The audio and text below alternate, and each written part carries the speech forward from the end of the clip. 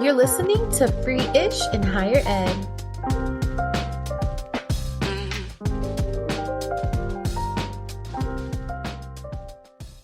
In today's episode, I have the pleasure of speaking with a very special dual credit student whose voice I feel like we need to hear. Her story is a reminder of why equity in higher education is non-negotiable. And I want to thank you so much for taking time out of your busy summer to sit down and talk with me today.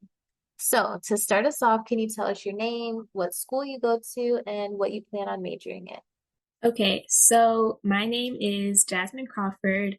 I just finished my freshman year at Cedar Hill Collegiate High School, based in Cedar Hill, Texas. And as far as my college major that I want to major in, Mm-hmm. so I want to major in architectural engineering. That is so wonderful. Thank you so much for sharing that. I wanted to know more about school. So, how did you get into dual credit? Who introduced you to that? So actually, my mom, she did dual credit back when she was in high school. She did that in California, but she was like, I really want my kids to be able to have that opportunity because dual credit allows you to start those college courses and get your associate's degree in high school, which I feel can be very important. It helps save on tuition because everybody knows how expensive college tuitions can be. So she's kind of helped me with this, and she's the reason why I'm currently at my school, which is based on like dual credit. It is meant for students trying to take dual credit. I really love that about your story that your mom not only did dual credit, but she also has helped kind of guide you along on your journey with dual credit because I also feel that it's very important for all of the reasons that you mentioned. And so I wanted to know what the experience of being a dual credit student has been like for you. Have you found any challenges with doing high school as well as college? Or tell me a little bit about what your experience has been. Well, so far I have taken two college courses. For my first semester, I took a course in health, and it was pretty nice. I was able to learn more about my body and the way that different things work and how it might relate to the people around me, psychological and physical. And then for my second course, actually, it was college and career planning, which has really helped me get an idea of what I want to do later on in life, how I can get those resources. And my professor, she was absolutely wonderful. I actually plan on telling her about this podcast. I'm extremely excited. But my professor, especially, she's helped me get in contact with different resources. And taking that course was, I feel, extremely helpful. And I love this so much. But the dual credit altogether, with what I'm doing right now, I've enjoyed it so far. I've been staying on top of my assignments. But besides that, everything's really great. I really love that you have a professor that not only is supporting you, but connecting you with resources because when I was in student leadership and different things that I've done with higher education, that's one thing I always talk about is resources, finding resources, tapping into resources, having a mentor, having someone to kind of guide you along. I'm just so glad and happy to see that you do have that, not only with your family, but also with your professor. That is really a recipe for success. And I'm really glad that you have that. So, what do you think has been the most surprising or challenging part of dual credit for you? I'd say the most surprising thing is how different it is from high school.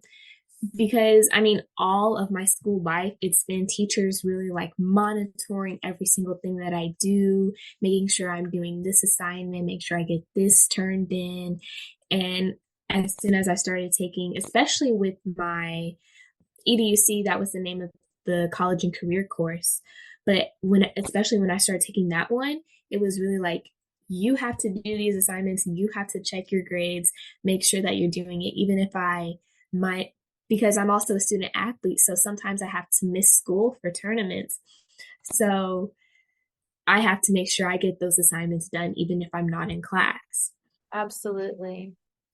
And I I've actually enjoyed it, having that freedom and being able to work with myself and my professor at the same time while still holding myself accountable and not having to have somebody else do that for me, which I feel is extremely fundamental and necessary for later on in my college life.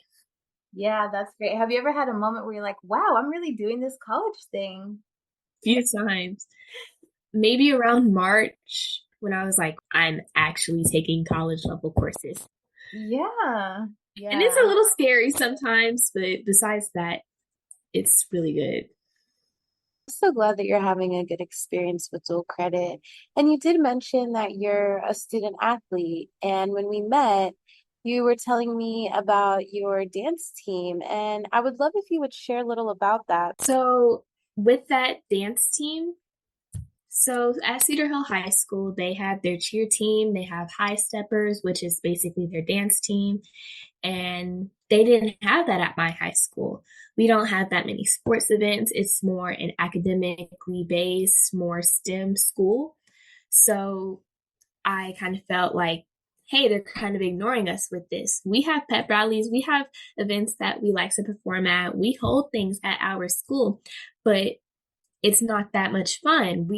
I know that I would want to see people dance. I'm not sure about other people, but I realized it was something that I knew I wanted. And I knew a couple of other girls that I'm friends with. And so we had that common interest. So we came together, we got a sponsor, we held tryouts, and it's been amazing. We have gotten girls from both high school and middle school because my school it's conjoined. You have the collegiate academy and the collegiate high school. It's all honor courses for 6 through 12. But I've really been able to connect with those girls, um, hopefully be a source of empowerment, inspiration to them. And with that, I've just we've grown, we've had our ups and downs. It's been our first year doing it, but I hope that this is something that I can continue all throughout high school and have this even after I graduate. I just think it's so wonderful to see. And I wanted to congratulate you and kind of give you your flowers. We need more young students, young women, especially of color, to use their voice, to not only know what they need, but to advocate for it and to step into their power. Because when you do that, you see that you can make a difference and you have made a difference, not only for yourself, but for your teammates and for the young girls that will come behind you, that will have the opportunity to participate in the dance team. And I think that is one way that you have really enhanced your school experience and strengthened your leadership skills.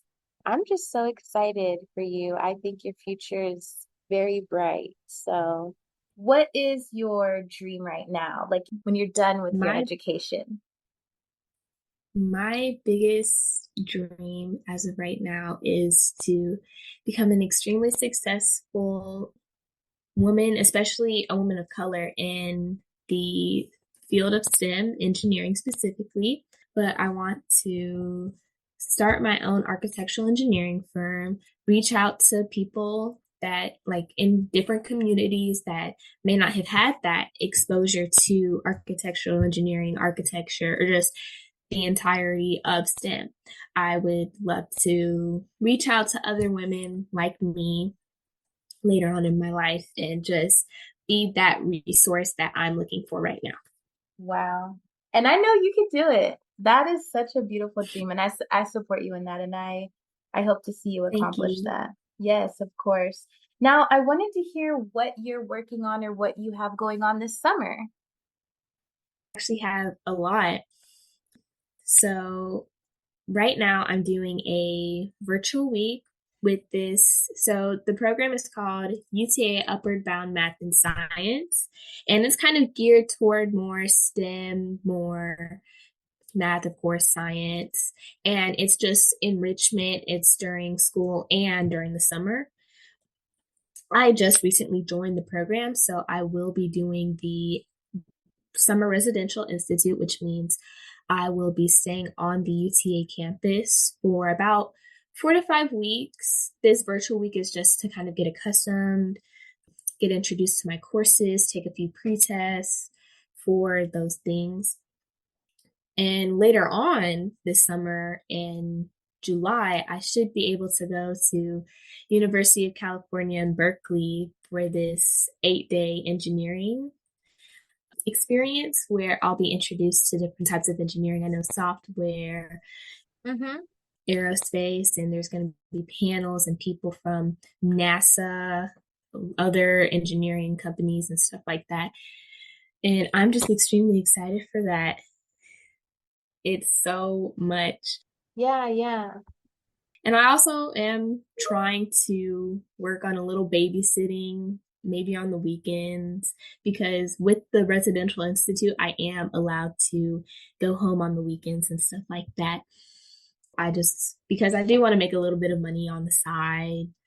And I also want to develop a better work ethic with me getting older and about to have to start working for my own money, especially when I'm off in college. But as far as summer, that's what I have planned for right now. Wow, that is so exciting. And I wanted to know, how did you get involved with both of these projects? So, with the UT Edward Bound project, that is something that my high school counselor, she sent out an email. She's like, hey, for the kids that are interested in this and might want to stay on the campus and learn more things, here's an application you can fill out. They're going to probably interview you and stuff like that. So I went ahead, filled out that application. I had my algebra 2 teacher and my biology teacher. They had to fill out a recommendation form for me. And my algebra teacher, I want to get back to him in just a second. And my high school counselor, they all filled out something for me. So I was able to kind of move forward with the applying process. And I had to do an interview, which went amazing. And in middle of April, late or not middle of April, early May, I found out that I got accepted into the program, and I did an orientation a few weeks ago, and now I'm doing the virtual week. Nice. And with the Berkeley thing, my algebra teacher, Mr. Rodriguez, he actually nominated me for that program. So it's not just something you can really apply for. You had to be nominated by one of your teachers. And I was extremely happy to find out that that was something he nominated me for because he had recognized and knew that that engineering was something I was extremely passionate about. And I I wouldn't even be able to be doing that program if it weren't for him. I just love that for you. And shout out to Mr. Rodriguez for recognizing you, nominating you, and for you for following through and for stepping out and stepping into that. Because sometimes there are opportunities where you may have the door open for you, but that can be intimidating to do things like that. So I just want to really praise you for being so Thank you. courageous and following through because that can be challenging for people at times. I wanted to actually talk about people who inspire you.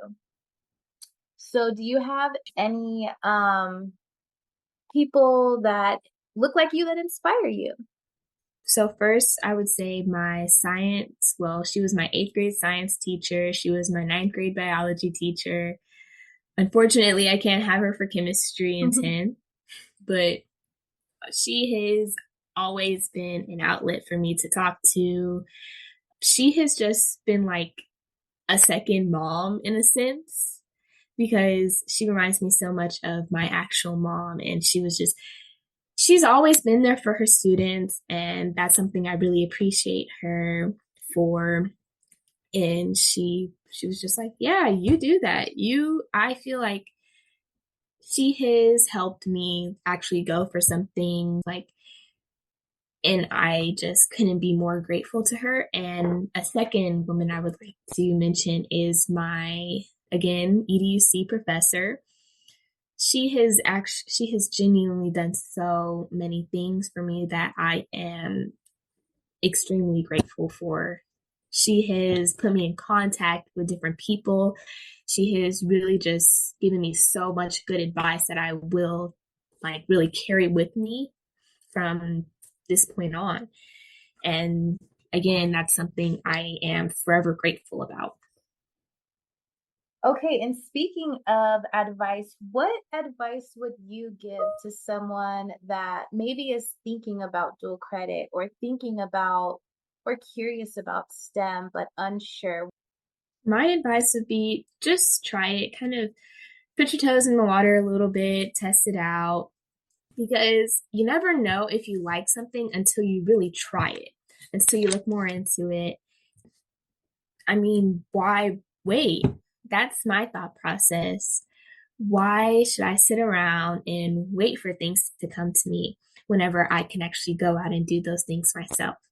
There are so many things that, like, I'll kind of look at people that are like, so many people will complain about certain things not happening or things that are happening that they don't want to be happening.